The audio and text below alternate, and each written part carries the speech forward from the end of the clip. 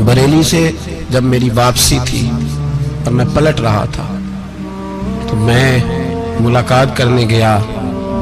मेरी तबीयत में ये रानाई थी कि खुदा खैर करे, मैं पलट रहा हूँ। मैं मुलाकात करके जब वापस बाहर आ गया, मेरे साथ एक शख्स था तो मुझे फिर बुलाया, और जब मैं दोबारा अंदर गया तो मुझे अपनी जेब से कुछ रुपए निकाल के दिए। फरमाने लगे ये खर्च है आने जाने का, और कभी महसूस न करना।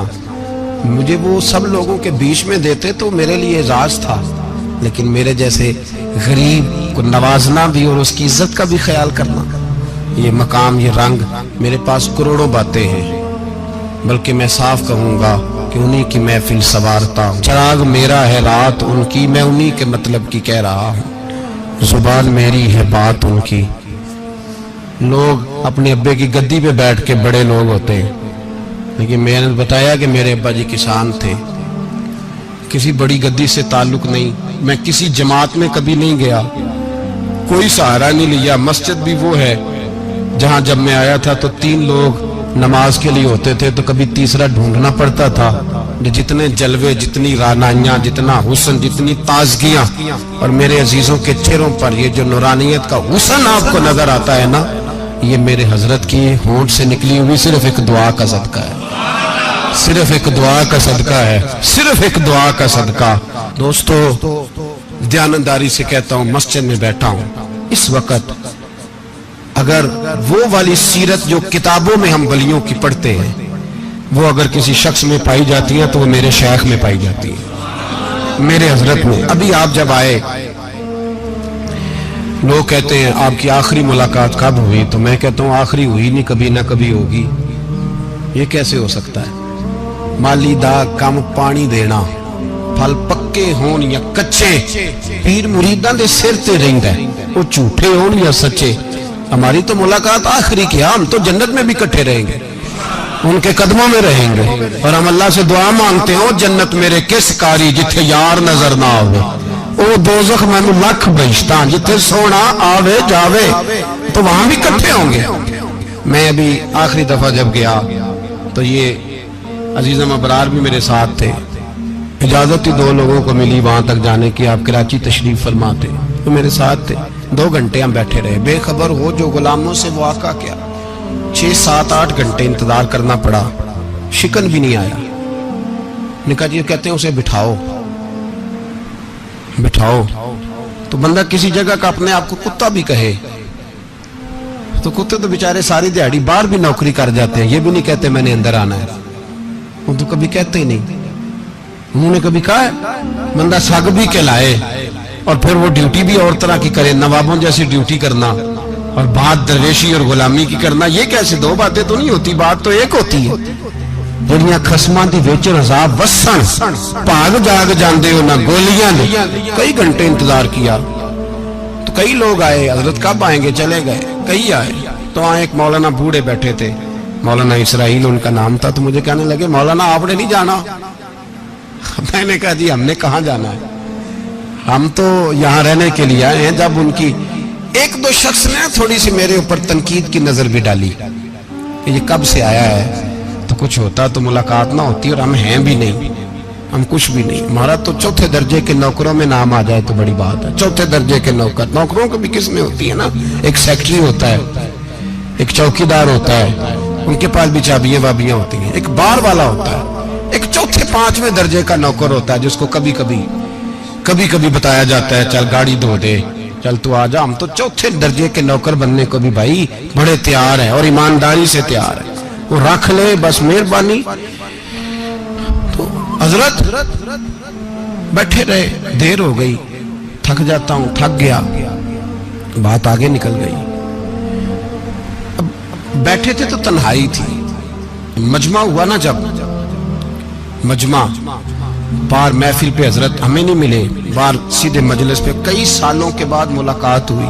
चिर होया मैनू तरले लेंदे कदी मोड़ मेरे वल वागा, ख्वाब मेरी एक बार जे आवे मैं सारी उम्र ना जागा। देर हो गई, मैं बड़ा तरसा हुआ बैठा था, कई घंटे बीत गए, बैठे रहे। मर्जी है ना जी, यही रस बोले तो ओदी मेहरबानी। तो देर के बाद जब वहां पहुंचे ना, स्टेज पे सामने हजरत के पास, हजरत स्टेज पे आ गए तो मेरी तबीयत है कि मैं जब अपने शेख के पास बैठता था तो सबसे पीछे बैठने की कोशिश करता था, इसलिए कि बढ़ बढ़ के आगे होना कमाल नहीं, को पकड़ के आगे करे तो फिर भी थोड़ी सी नौकरी कबूल होने की बात समझो। पीछे बैठ गए हम लोग, मैं भी और अबरार भी, हम पीछे बैठ गए। अब वहाँ उलमा और मशाइख का ढेर लगा हुआ था। हजरत की नजर बज़ाहिर खासी कमजोर है, लेकिन जब बैठे तो ये मेरे साथ मौजूद थे, आप गवाही ले सकते हैं। हजरत ने फौरन नकीबे महफिल से कहा कि वो पीछे बैठा, उसे तो आगे बुलाओ। तो मैं जब उठा ना तो आप यकीन करें मेरा दिल करता था फाड़ डालूं कपड़े और मैं यहाँ लोगों को बताऊं कि बेखबर हो जो गुलामों से, वाक़ा क्या है। हम लोग आगे गए और जब मैं स्टेज पे उनके कदमों में बैठा तो मुझे कहने लगे बच्चे को भी बुलाओ जिसको साथ लाए हो। और जब मैं बैठा, ईमानदारी की बात है, मैंने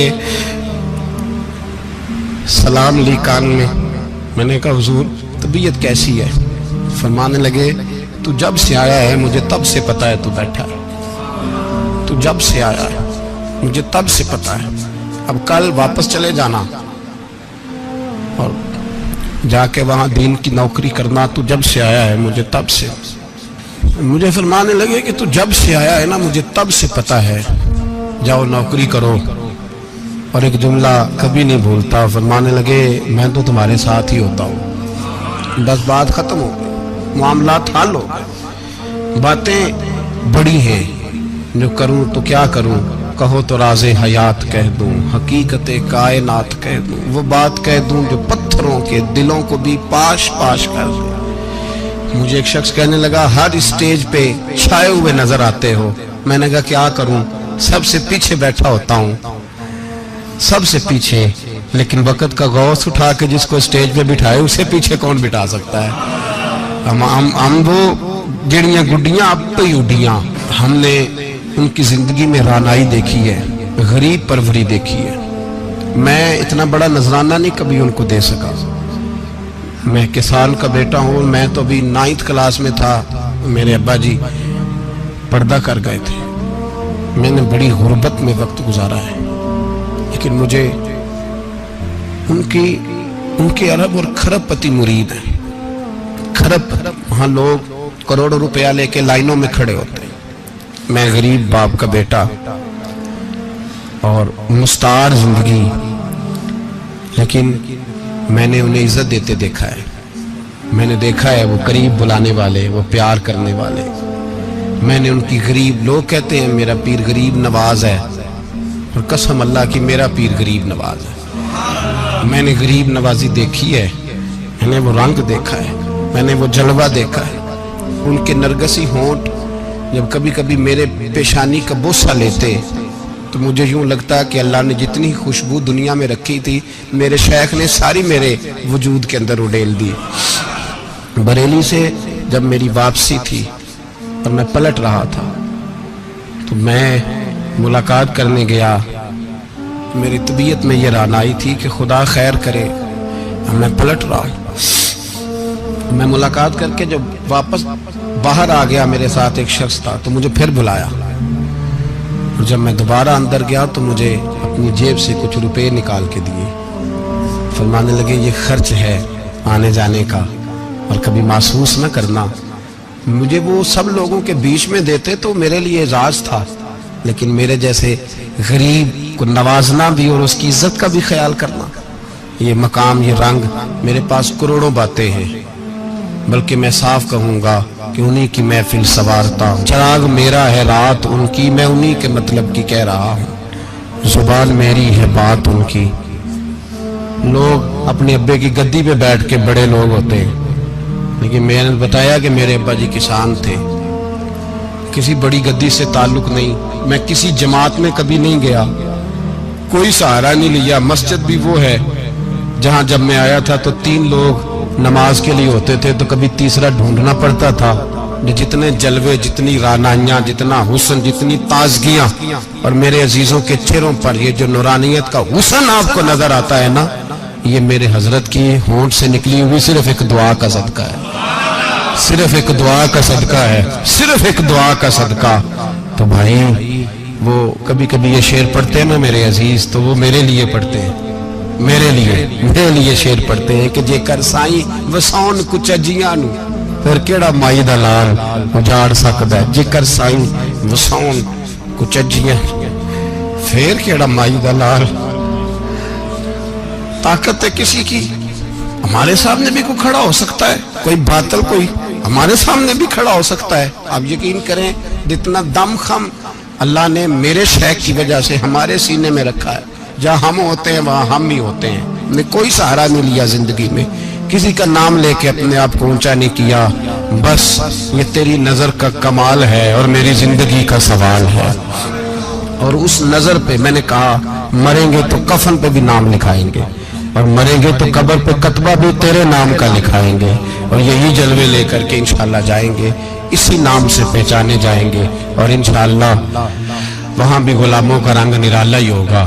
باتیں ہو ہی نہیں سکیں، بھی تو ایک پہلو کھلا ہے، ابھی تو دفتر پیچھے پڑے، انشاءاللہ پھر ایک نشست رکھوں گا، ان کی باتیں پھر چھیڑوں گا، اور یہ باتیں ہوتی رہیں گی انشاءاللہ تعالی۔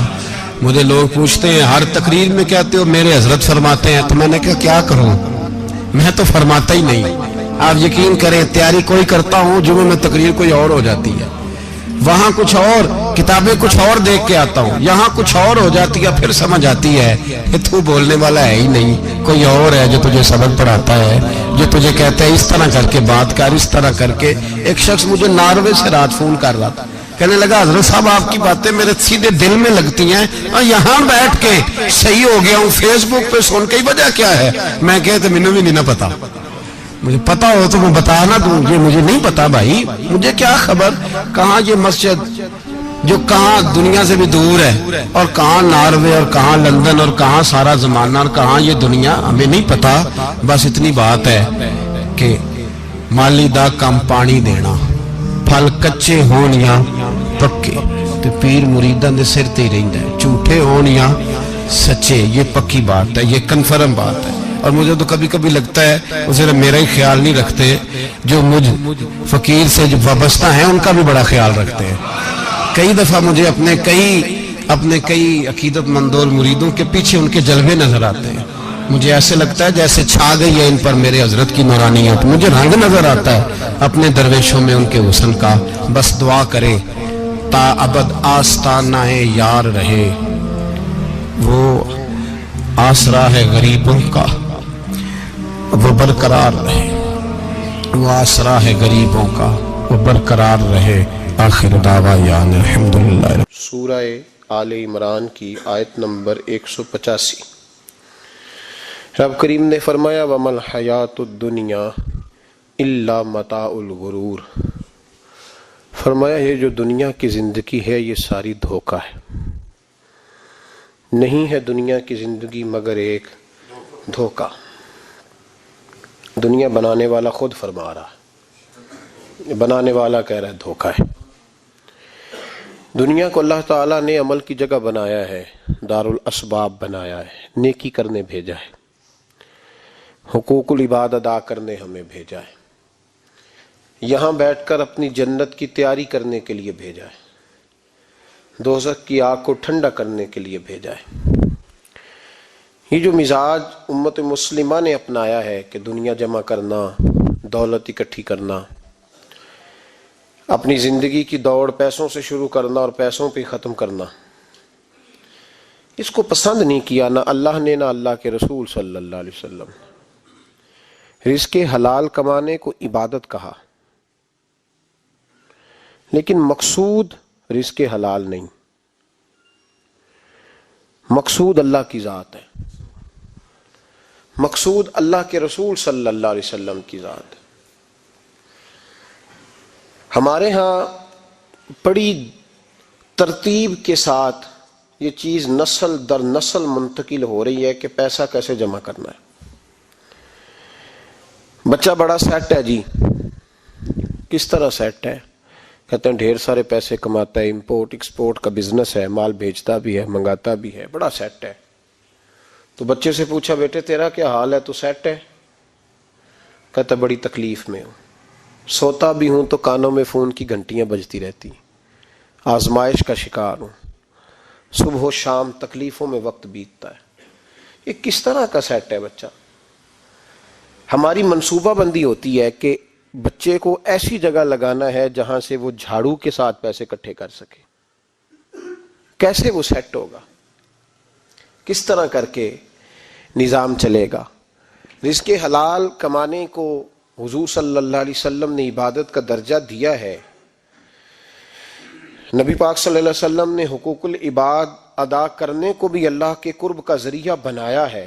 اور میں نے عرض کی کہ یہ تو صرف منزل نہیں ہے، یہ تو راستہ ہے، یہ تو سفر ہے. جو لوگ سفر کوئی منزل بنا لیتے ہیں وہ نادان ہوتے ہیں. نبی کریم سید عالم صلی اللہ علیہ وسلم کی خدمت میں عرض کیا گیا کہ یا رسول اللہ صلی اللہ علیہ وسلم، کچھ لوگ کہتے ہیں ہم شادی نہیں کریں گے، گھر نہیں بسائیں گے، بچے نہیں پیدا کریں گے، ہم صرف عبادت کریں گے، دن کو روزہ رکھیں گے، رات کو نفل پڑھیں گے، کوئی نکاح نہیں کریں گے، کچھ نہیں کریں گے. تو نبی پاک صلی اللہ علیہ وسلم نے فرمایا ان سے کہو کہ تمہارے لیے بہترین زندگی وہ ہے جو میں نے تمہارے سامنے گزاری ہے. میں آرام بھی کرتا ہوں، نکاح بھی کرتا ہوں، عورتوں کا حق بھی ادا کرتا ہوں، میں اپنے بچوں کی دیکھ بھال بھی کرتا ہوں. فرمایا تم پر تمہارے خدا کا اگر حق ہے تو تمہارے نفس کا بھی تم پر حق ہے، تمہاری آنکھ کا بھی حق ہے، وہ آرام کرنا چاہتی ہے. یہ ساری ترتیب ہمیں نبی پاک صلی اللہ علیہ وسلم نے دی، لیکن ہمیں فرمایا کہ مقصود تمہارا خدا ہے، مقصود تمہارے رب کی رضا ہے، تمہارے نبی پاک علیہ السلام کی غلامی تمہاری منزل ہے. اتنا لمبا چوڑا معاملہ جو فقط دنیا کا ہم نے بنا لیا ہے، اور پھر اس دنیا اصل جو محبت ہے نا، وہ بیس جو ہے وہ دولت کی محبت ہے، رشتے دولت کے، ناطے دولت کے، تعلقات دولت کے، سلام دعا دولت کی. میرے محبوب علیہ الصلوۃ والسلام نے فرمایا حب الدنیا رأسۃ کل خطیئہ. یہ جو دنیا کی محبت ہے نا، یہ ہر گناہ کی جڑ ہے. جب انسان دنیا کی دولت سے پیار کرنے لگ جاتا ہے پھر وہ قتل بھی کرتا ہے، پھر وہ ظلم بھی کرتا ہے، پھر وہ زیادتی بھی کرتا ہے، پھر وہ حرام بھی کھاتا ہے، پھر وہ یتیم کو بھی لوٹتا ہے، پھر بیوہ کا مال کھانا بھی اسے پریشان نہیں کرتا، پھر کروڑوں روپیہ ہضم کر لیتا ہے، لکڑ پتھر ہر چیز اس کو ہضم ہونے لگتی ہے. اصل بات یہ ہے کہ اسے محبت دنیا کی دولت سے ہو گئی ہے. ایک بزرگ کے پاس ایک نوجوان آیا، اس نے کہا حضرت جی میرا نماز میں دل نہیں لگتا. تو بزرگ فرمانے لگے تیرا مسئلہ اصل یہ نہیں، تیرا مسئلہ اور ہے. نے کہا حضور سمجھا دیں. تو وہ فرمانے لگے کچھ بندے ایسے ہیں جو تمہیں ٹیلی فون کرتے ہیں اور تم ان کا فون نہیں اٹھاتے، اور کچھ ایسے ہیں جن کو تم دن میں خود 3 دفعہ فون کر کے حال پوچھتے ہو. حضور کیا مطلب؟ فرمانے لگے جس سے پیار نہیں نا، اس سے اظہار بیزاری ہے تو اس کا فون بجتا رہے تو کہتے ہیں میں تھا نہیں، میں موجود نہیں تھا، فون چارجنگ پہ تھا، گھر چھوڑ گیا تھا، بہانہ ہے. اور جس سے محبت ہے اس کو ٹیلی فون کر کے کہتے ہیں آپ پریشان تو نہیں ہوتے، بس میرا سلام لینے کو دل کر رہا تھا. فرمانے لگے کہ تیرا اصل مسئلہ یہ ہے کہ تو نے محبت نہیں کی اللہ رسول سے. اگر تیرا خدا رسول سے پیار ہوتا تو یہ جملہ کیسے آتا کہ نماز کو دل نہیں کرتا؟ پھر تو تیرا تہجد کو بھی دل کرتا، پھر تو تیرا ہر وقت قرآن پاک سینے سے چمٹائے رکھنے کو دل کرتا. اس لیے کہ تیرا مقصود اللہ کی ذات ہوتی. چونکہ مقصود دنیا داری ہے، مقصود دولت بنا لیا معاذ اللہ، مقصود ایک رنگ بنا لیا ہے، اس کا نقصان قوم اٹھا رہی ہے. نقصان رشتوں میں، نعتوں میں حسن نہیں رہا، پیار نہیں رہا، ترتیب نہیں رہی. ایک ناروے سے دوست نے فون کیا، مجھے کہنے لگے آپ بڑی تقریریں کرتے ہیں، کوئی ہمارے حق میں بھی کر دو. تو میں نے کہا کہ آپ کو کیا ہے؟ کہنے لگے آپ پردیسیوں کی مجبوریاں نہیں سمجھتے. میں نے کہا کیا ہوا؟ کہنے لگے حضرت جی شکوہ ہے کہ ہمارے اپنے ہمیں جب بھی فون کرتے ہیں وہ یہ نہیں پوچھتے کہ شام کا کھانا کھایا ہے کہ نہیں کھایا. وہ کہتے ہیں شادی آ گئی ہے تو جلدی کرو، پیسے بھیج دو، فٹافٹ کرو.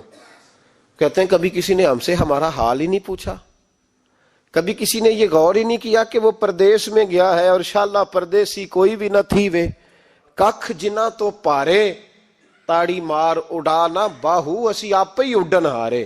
تو تیار بیٹھے ہیں، حال ہی کوئی نہیں پردیس میں. یہاں حال یہ ہے کہ جو فون کرتا ہے، ایک بزرگ کہنے لگے کہ 22-23 साल दिए हैं परदेश को, तो अपनी ही बीवी को फोन किया है कि अब नहीं होता, घुटनों में दर्द रहता है, कमर कमजोर हो गई है, अब मेरा दिल करता है घर आऊं और मैं अपने घर में बैठ के बच्चों के बीच बैठ के रोटी खाऊं। आसाब कमजोर हो गए हैं, दिल की धड़कन तेज रहती, पता नहीं कब वक्त आ जाए।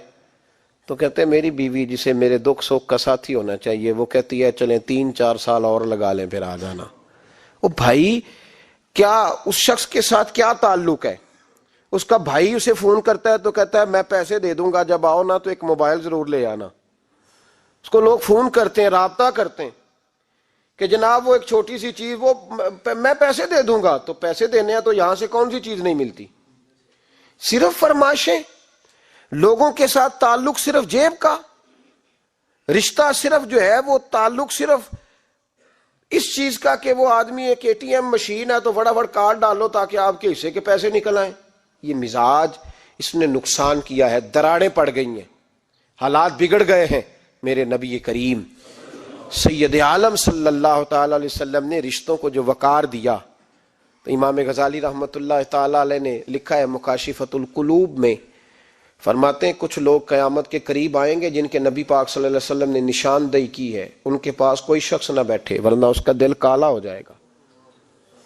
का हुजूर वो कौन से? तो फरमाने लगे नबी पाक ने कुछ लोग बताए हैं, उनके पास नहीं बैठना। कौन से? मुस्तफ़ा करीम ने फरमाया युहिब्बून दुनिया व यनसौनल आखिरा, जो दुनिया को से प्यार करने लगे और आखिरत को भूल जाए।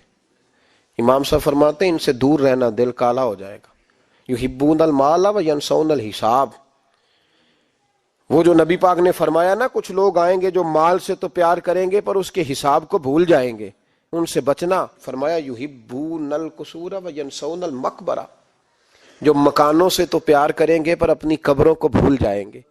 और फरमाया उन लोगों से भी बच के रहना, उनसे भी परहेज करना कि जो लोग युहिब्बूनल खल्का व यनसौनल खालिक, जो लोग मखलूक से तो प्यार करेंगे, बंदों से बड़ा प्यार करेंगे लेकिन अपने रब को भूल जाएंगे, उन लोगों से भी बचें। ऐसे लोगों से नबी पाक सल्लल्लाहु अलैहि वसल्लम ने निशानदेही की, उनसे बचें। ताल्लुकात में खुलूस होता है, जब कोई आपकी गुर्बत से प्यार करता है तो वो आपका असल दोस्त होता है। जब वो आपकी तन्हाइयों से आजमाइशों से प्यार करता है तो उसका आपके साथ रिश्ता खालिस होता है। जो आदमी दौलत को देखकर प्यार करे और दौलत को देखकर आपके साथ वाबस्तगी का इजहार करे, तो उस शख्स का प्यार सीधा सीधा मेरे रसूल पाक सैयद आलम सल्लल्लाहु अलैहि वसल्लम ने हमें इस्तिगना का हुक्म दिया है, बेनियाजी।